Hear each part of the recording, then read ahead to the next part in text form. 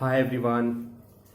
Dear friends, after the PT result is likely to be announced soon, IAS men's exams are going to start shortly. The preparation is going to start very shortly, and so for that requires exhaustive preparation and revision for political science and international relations optional for UPSC men's. So today what I'm going to do is एक ऐसे topic को चुन रहे हैं जो IAS mains के political thought में बहुत इंपॉर्टेंट है, and that is Machiavelli. Machiavelli के इंपॉर्टेंट कोट्स जो एग्जाम में आते हैं और बहुत इंपॉर्टेंट है, उस पर मैं आज बातें करूंगा और उस कुछ कोट्स को जो यूजफुल है एग्जाम्स पॉइंट ऑफ व्यू से I will try to discuss it. So friends, let's take the first quote of very famous name, Niccolo Machiavelli. As a first quote, if we talk about wars begin when you will, but they do not end when you please. Machiavelli कहता है इस coat में कि लड़ाइयाँ कभी भी शुरू की जा सकती हैं, पर याद रहे कि एक बार जब युद्ध स्टार्ट हो जाता है, एक बार जब वार स्टार्ट हो जाता है, वो किसी के बस में नहीं है कि वो अपने हिसाब से कंट्रोल करे। सो इट इज फेयर कि war should be avoided. War is not the solution for any state, for any country. That should be only the last resort. वो एक लास्ट ही विकल्प होना चाहिए, न कि वार को शुड बी ट्रीटेड कि जब चाहे लड़ाई स्टार्ट कर दे किसी और कंट्री के साथ और वो फिर अपने हिसाब से इसको एंड कर पाएंगे। ऐसा संभव नहीं होता। Who says this? This is being told by Machiavelli, very famous author, very famous writer, very famous thinker, and this is part of political thought, pol science PSIR। फिर हम दूसरी इस एंगल को देखते हैं। हालांकि इससे पहले अगर आप देखें कि हिस्ट्री रही है, जो बड़ी बड़ी ताकतें हैं, बिग पावर्स हैं, they go for this because of they have huge capabilities, but उनका परिणाम जो आप देख रहे हो आज भी, चाहे वो इराक का युद्ध हो, सीरिया का हो, यमन का हो, अफगानिस्तान का हो। The latest example we have of Afghanistan led by US with multinational forces, and we saw what the result was there, और किस प्रकार से भयानक स्थिति आई। इससे पहले सीरिया का आप देख सकते हो। बहुत सारे आपके पास वियतनाम हिस्ट्री है, कोरियन हिस्ट्री है, बहुत सारे एग्जाम्पल्स हैं। So what Niccolo Machiavelli says कि दैट शुड बी अवॉइडेड। अगर आप वॉर स्टार्ट कर रहे हो तो पहले इसके पहले सोच लो, समझ लो, क्योंकि इसका जो परिणाम होगा, एंड होगा, वो आपके हाथ में नहीं होगा, किसी के हाथ में नहीं होगा। Then very nicely, very clearly Machiavelli talks about never was anything great achieved without danger. I repeat, never was anything great achieved without danger.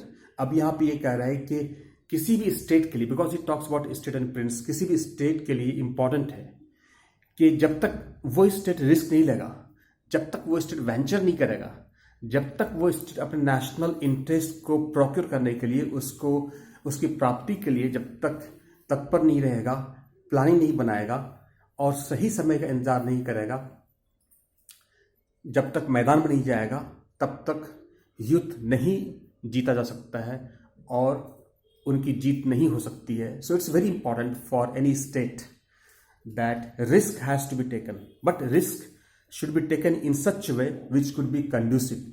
Risk का मतलब ये नहीं कि बिना कैलकुलेशन के हम रिस्क ले लें और उसका अंत पता नहीं हो या उसमें एस्टिमेशन नहीं हो, that could be risky one. So Machiavelli suggest करता है हमें कि आप रिस्क जरूर लो, लेकिन उसमें एक कैलकुलेटेड रिस्क लो, क्योंकि बिना रिस्क के, बिना डेंजर के वो चीज़ आप प्राप्त नहीं कर सकते हो। कोई भी चीज़ जब प्राप्त करता है वहाँ पे रिस्क इन्वॉल्व है। And third, he talks about when he says his very famous quotation, we can refer here, it is better to be feared than loved.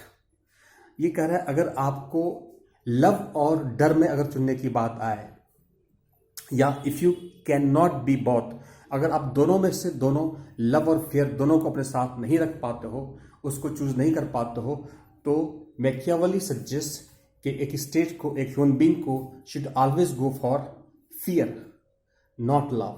So he says it is better to be feared, कि आप दुनिया के लिए डर भय पैदा आपकी वजह से हो, न कि लोग आपको प्यार करें। अगर प्यार और डर में अगर किसी एक को चुनना हो तो आपको चुनना है डर, कि आपकी वजह से टेरर फैले, लोग डरे, दहशत में आए और आपके एक टेरर के रूप में सिंबलाइज हो वो, न कि लव के रूप में। Because he says for an individual और for an state it's always better to follow a path which could be an example for others to follow. तो इस चीज़ को ये प्रमोट करते हैं हमारे मैकियावेली द ग्रेट थिंकर्स।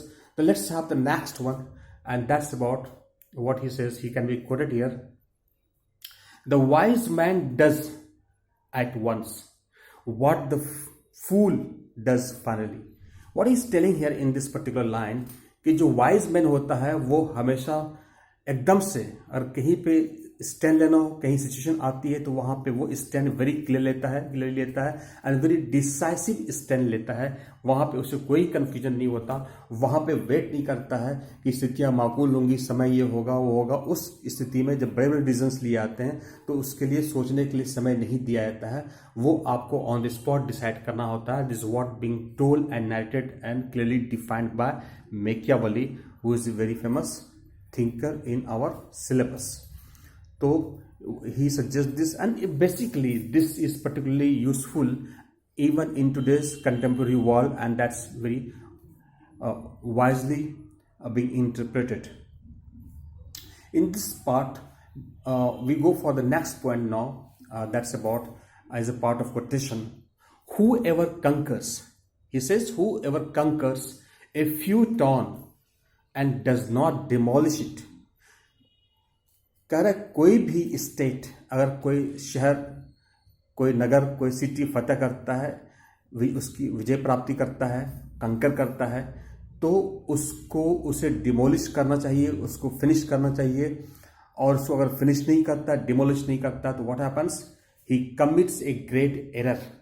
वो बहुत बड़ी गलती करता है, उससे बहुत पछतावा हो सकता है, बहुत प्रॉब्लम फेस करना पड़ सकता है।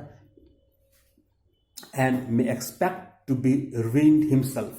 अगर वो योद्धा, अगर वो स्टेट, अगर वो राज्य, अगर वो देश ऐसा नहीं करता, किसी स्टेट को उन्होंने कैप्चर किया, किसी सिटी को कैप्चर किया और उसको डिमोलिश नहीं किया, उसको फिनिश नहीं किया, उस केस में उसको ऐसे ही छोड़ दिया, तो अंततः उसका जो परिणाम होगा, रिजल्ट होगा, फॉल आउट होगा, that can be very much dreadful, that can be very much dangerous for the कंकर और for the invader. So it's always advised and advisable they should follow. Actually, they should not leave any symbol to be taken or to be left behind by the conqueror, and that's pretty much to a very disadvantageous note. Thank you very much.